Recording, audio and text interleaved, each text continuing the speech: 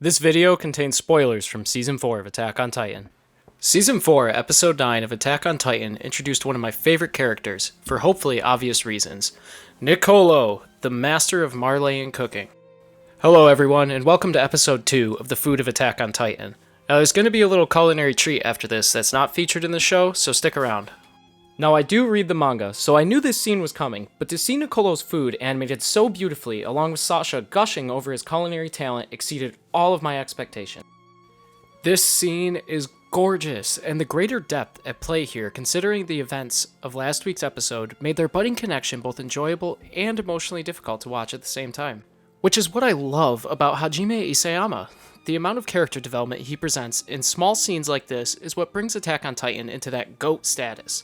The way that this scene subtly shows the potential for peaceful Marleyan Paradisian relations is the icing on the cake. It's an amazing scene, and I found myself watching it many times over, and not just to peek at the food. Now there's a lot of food in this scene, and I want to eventually get to every single one, but today we're going to focus on the lobster. Ah yes, lobster. One of the most sought after ingredients in all of cooking. Now if you put lobster on a menu, you're guaranteed to sell it, and for good reason. It's delicious. Now it looks like Niccolo served it whole with some butter and lemon juice, which is great. Sometimes an ingredient is so good, the less you do to it, the better, and lobster is usually the star of any dish you put it in. However, Niccolo definitely has the vibe of someone who would make a high-level lobster pasta if given the chance. I mean, come on, look at this guy. This guy fucks.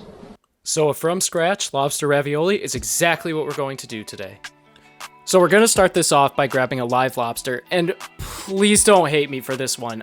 I always hate cooking live lobster. At one point when I worked in restaurants, my job was to come in the morning and throw 10 live lobsters in a steamer, and I absolutely hated it. I would always feel sad about it, and I even went as far as to cut the rubber bands off their claws so that in case any of them got me, they could have a little fighting chance. And to this day, none of them have got me, but the one that does get me, I'm not cooking him. And unfortunately, there isn't anything that quite compares to the taste of fresh lobster, so we're going to grab a large pot and salt it generously, and then begin our awful task of cooking the lobster. You guys don't have to see this part, so here's 02 dancing. After 8 minutes in the boiling water, we're going to pull out our lobster and set it somewhere to cool for about an hour.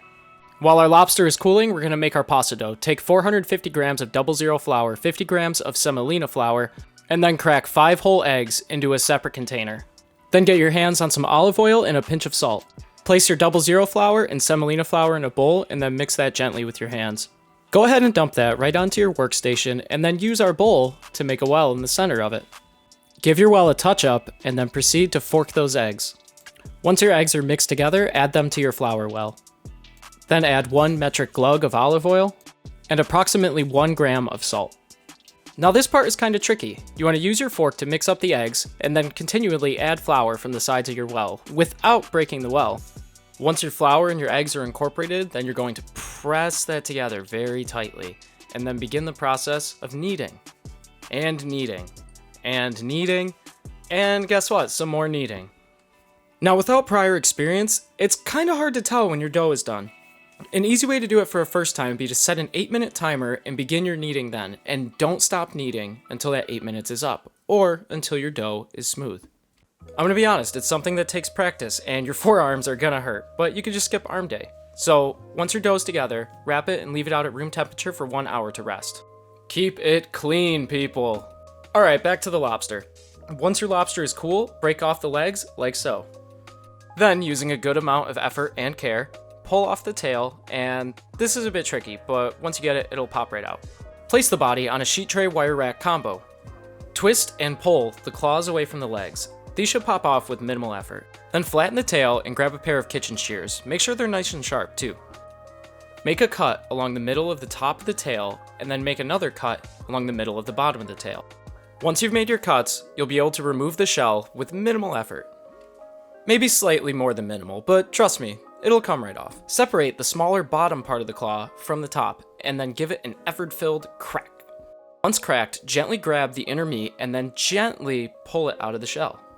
Repeat the same process for the other claw. Now this is something that takes practice as well, and I don't think it's going to be perfect the first time you do it, and that's okay. But practice makes perfect. Speaking of not perfect, now let's move on to the knuckles. This, in my opinion, is the most difficult part of breaking down a lobster.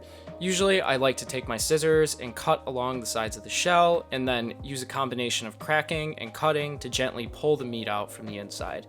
This is more than likely not going to be perfect your first time doing it, and it does take practice and a lot of care to get the knuckle meat out properly. But if done properly with lots of love and lots of effort, you'll have a fully broken down lobster. Now, if you're thinking, what about the shells? Well, we're going to roast them in the oven at 450 degrees for about 5 minutes or until they're dry. You don't want to crisp them, you don't want to cook them, just dry them out. Now set your dried shells to the side, and we're going to make our lobster rav poaching liquid. Take 1 whole onion. Now we are only going to use half the onion here, so peel it, cut it down to about a medium dice size, and then you're ready to go. Next, take 2 smaller size fancy organic carrots or 1 large carrot. Wash it, peel it, and cut it down at a medium dice. Next, take 1 stalk of celery, wash it, and then cut it down to a medium dice. And then you're going to take a pan on medium heat and add 2 tablespoons of olive oil to it. Add your onions, add your carrots and celery, and then add 1 teaspoon of tomato paste to it, a 2-finger pinch of salt, and then sweat that off for a couple of minutes on the medium heat. Then we're going to deglaze our pan with white wine. The one I bought has a lobster on the front of it, so I think it's correct for this. Once deglazed, add in your lobster shells, give that a stir, and you want to let the lobster shell flavor infuse with the vegetables for a few minutes and cook it. Once you've given those lobster shells time to infuse, add 8 cups of chicken stock, and then let that cook on low heat for about an hour, strain, and add to a smaller pot. Now we're going to dice up our lobster meat. Now, 1 whole lobster should net you 1 cup of diced lobster meat. Once your lobster is diced, you want to get your hands on 2 basil leaves, 1 lemon, some cream cheese, and salt and pepper. Add your lobster meat to a mixing bowl with the lemon zest, salt, pepper. Then we're going to add our chiffonade basil leaves. You're going to want to roll them up, and if you have a certain type of green thumb, you should be pretty good at this part. And then dice them up gently. Then add 1 tablespoon of olive oil, 4 ounces by weight of cream cheese, 1 tablespoon of heavy cream, 3 tablespoons of shaved Parmesan cheese, and then mix that together. Line a container with a pastry bag, and then add your filling into the pastry bag. Tightly seal it, and then store that in the fridge. And now it's pasta time. So I use a hand laminator because I hate myself, and anyways, unwrap your dough, then lightly dust your workstation with flour. Grab a rolling pin and roll that out to about a 1/4 inch thickness. Once thin, cut that into a reasonable shape to fit into your pasta laminator. And we don't want the rest of our dough to dry out, so grab a moist paper towel and cover that dough and set it aside. Take your chosen piece of dough and roll that to a further 1/8 inch of thickness. Once your dough is thin enough, pass it through your laminator and then pull the Uno reverse card and pass it through the other side on the same set. Now, bigger laminators will have 10 settings. Mine unfortunately only has 5 settings, so rather than every other setting, I went front to back on every single setting, putting a little bit of pressure on the back of the dough until it was nearly translucent or just thin enough to see through. Grab your filling and set it in a straight line as close to the edge of your dough as possible, and you want to go the entire length of the dough on this one. Flip that side of the dough over onto itself and then press all of the air out. Grab a dowel and use it to press into the dough at 1-inch increments. Be sure to trim off any excess dough before this part as well, and then go through with the fluted edge of your pasta cutter and cut your little agnolotis. Store those in the freezer for about an hour, and then let's make some brown butter for our sauce. Take 2 sticks of butter and add that to a pan and heat it to 212 degrees Fahrenheit. Immediately cut the heat and then pour that into a container and store in the fridge until ready to use. Oh man, do I love this stuff. Then take a tablespoon of olive oil and add it to a pan of medium heat with 1 cup of panko and 1/8 of a teaspoon of cayenne. Toast that off and then store it for later. For our final garnish, take the juice of 1 lemon and 1 cup of olive oil, some salt and black pepper, and whisk that together. This is a very simple lemon vin, and if you store it in a squirt bottle, you'll be able to shake it up and emulsify it immediately before you use it. But finally, let's move on to our pasta cook. You're going to take a pan on low heat and add 1 tablespoon of your brown butter to it, and about 3 tablespoons of your lobster poaching liquid. Then add 1 tablespoon of heavy cream, and remove that from the heat. Then we're going to bring our lobster poaching liquid up to a light simmer and add in our agnolotis. Now, I definitely took this idea from Gordon Ramsay's lobster ravioli because, well, he's the king, and it's absolutely delicious.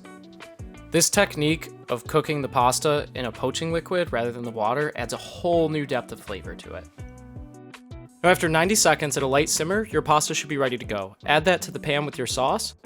Once your pasta is in your saucepan, you want to add in a little bit more brown butter and a couple more tablespoons of your poaching liquid.